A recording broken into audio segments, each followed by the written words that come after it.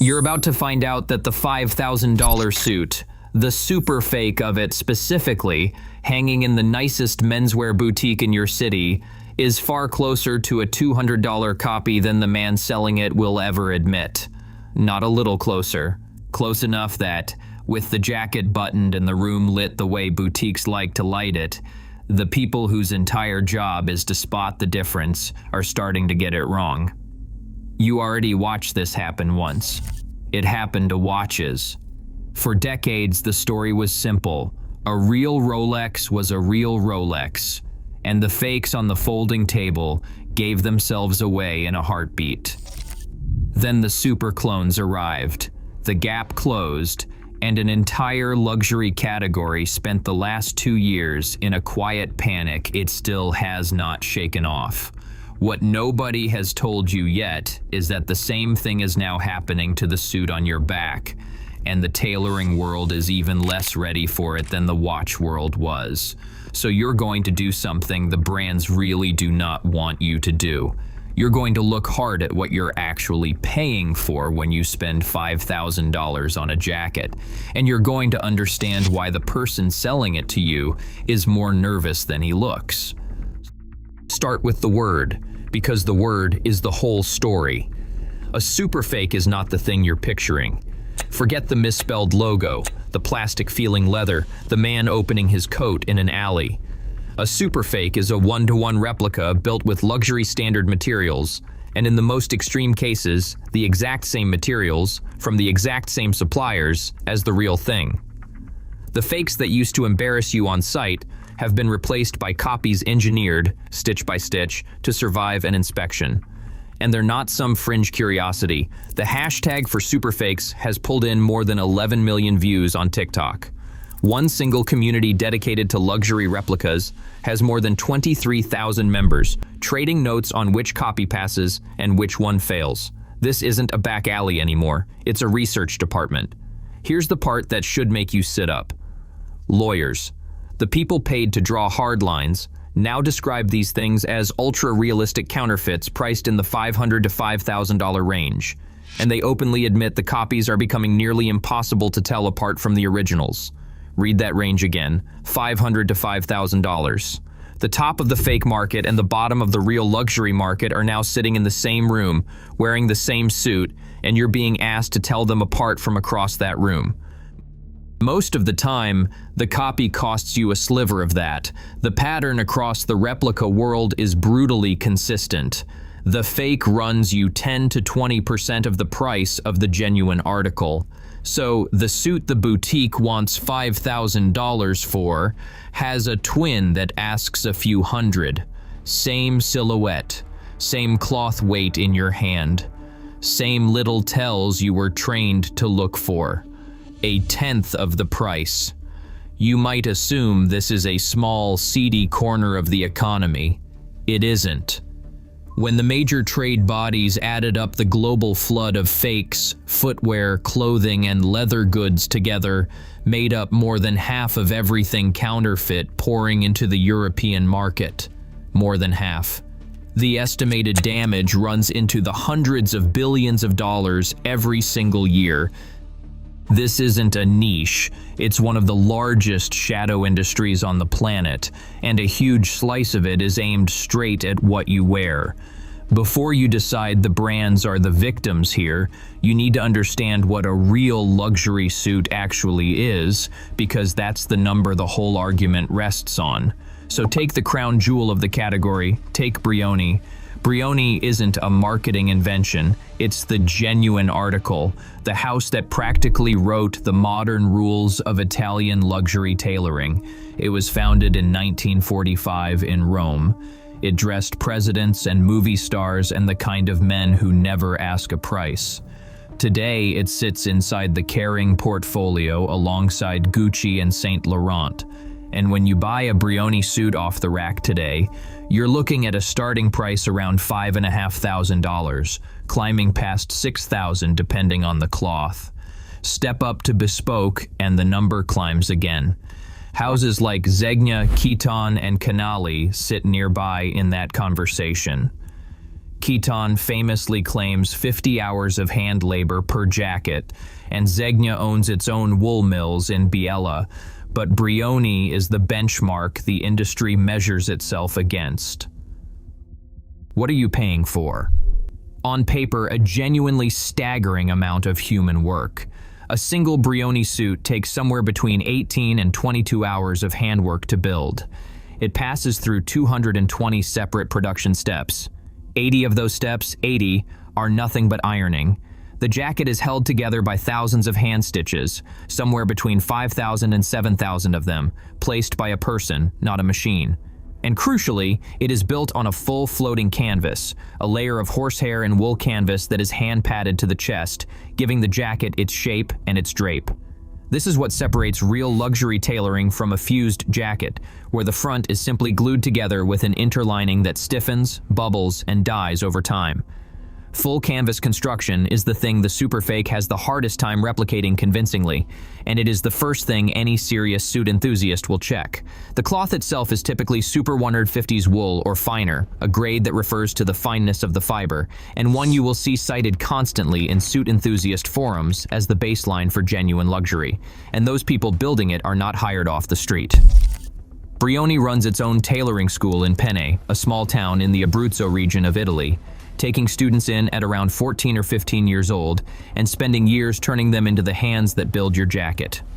Made in one small Italian town by people who trained for this since they were children. That level of craft has a long tradition. On Savile Row in London, houses like Anderson and Shepherd and Huntsman have been building bespoke suits on a similar philosophy for over a century.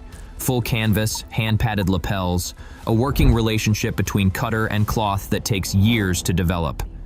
The British and Italian traditions are the two poles of the tailoring world, and they have spent decades convincing you that what they do cannot be replicated. The Neapolitan tradition adds its own chapter, the spalla camicia, the soft roped shoulder, the unstructured chest, regional expressions of the same core idea that a hand-built suit is a different object entirely from anything a machine or a shortcut can produce.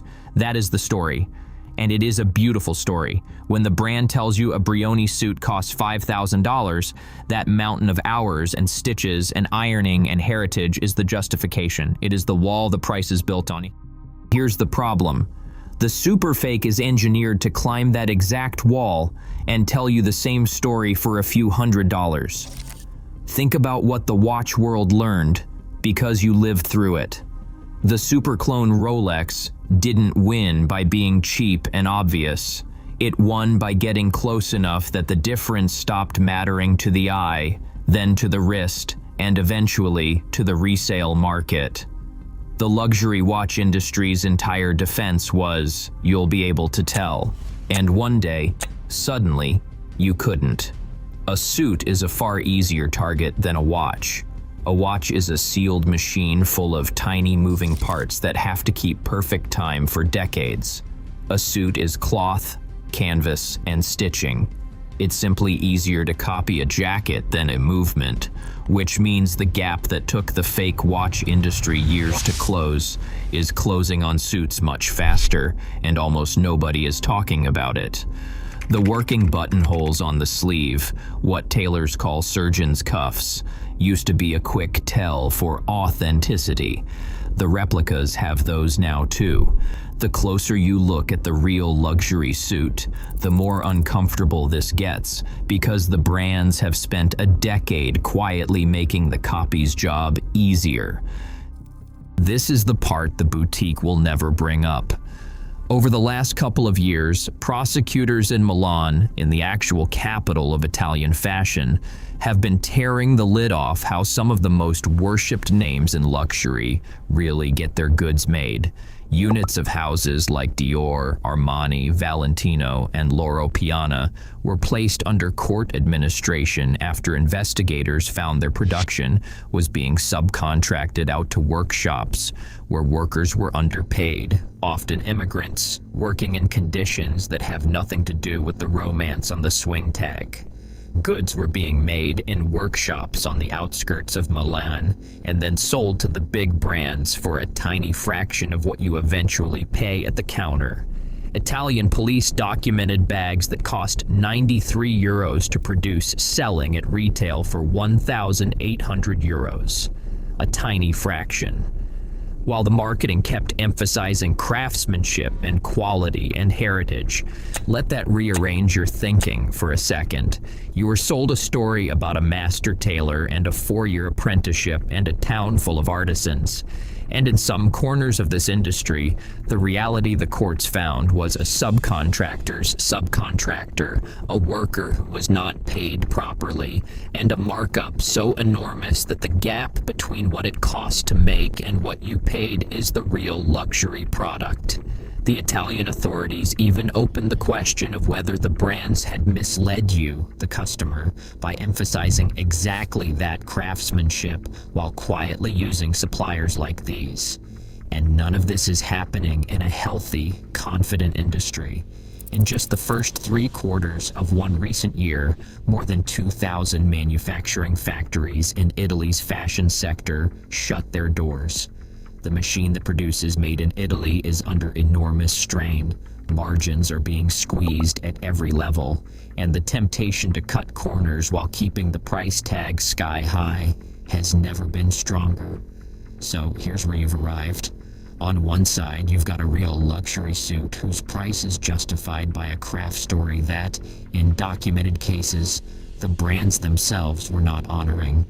On the other side, you've got a super fake engineered to be nearly indistinguishable, made in the same kind of factory in the same part of the world for 10 or 20% of the price. Line those two things up honestly, and the question stops being, how do I spot the fake?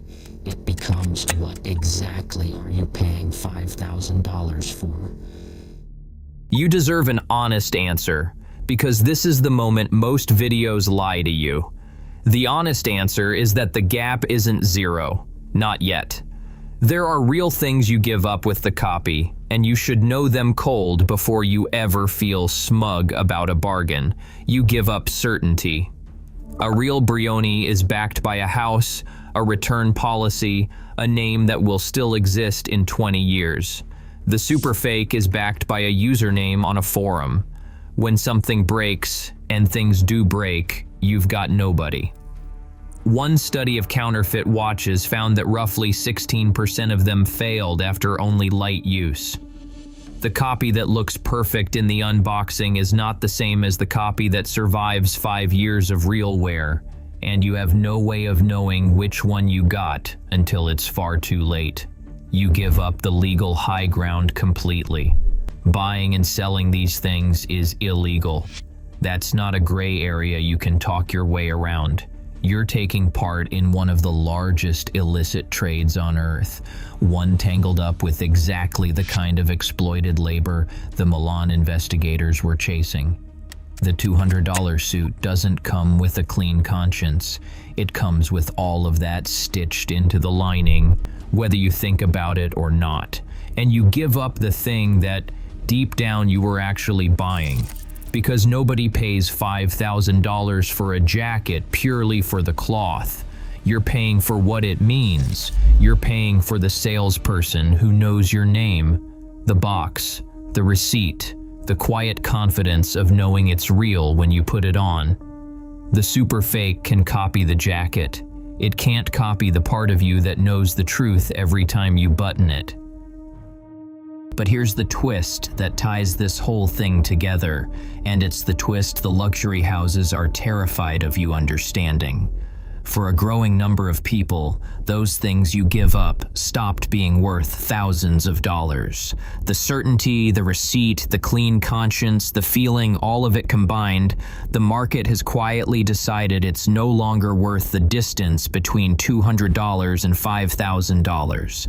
And the more the real brands raise prices, the more they get caught cutting the same corners as the copies, the easier that decision gets to make.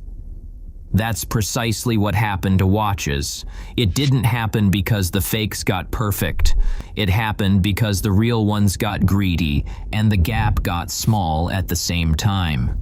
The customer did the math, and the math stopped favoring the real thing.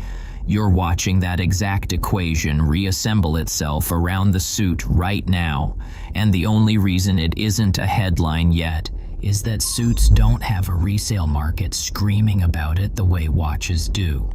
So go back to that boutique. Go back to the $5,000 suit under the careful lighting, and the man whose smile is a little tighter than it used to be. He's tense for a reason. He's selling you a price that depends entirely on you believing the gap between his suit and the copy is enormous. And he knows, even if he'll never say it out loud, that the gap is shrinking by the month. The copy is getting closer. The real one's story is getting harder to defend. And you, standing there with the jacket buttoned, are no longer as easy to fool as you were a year ago. The luxury suit was never really selling you cloth and stitches. It was selling you a gap between the real and the fake that was supposed to be so wide it justified everything. That gap is closing, and the day you can't feel it anymore is the day that $5,000 price tag becomes the most expensive story you've ever been told.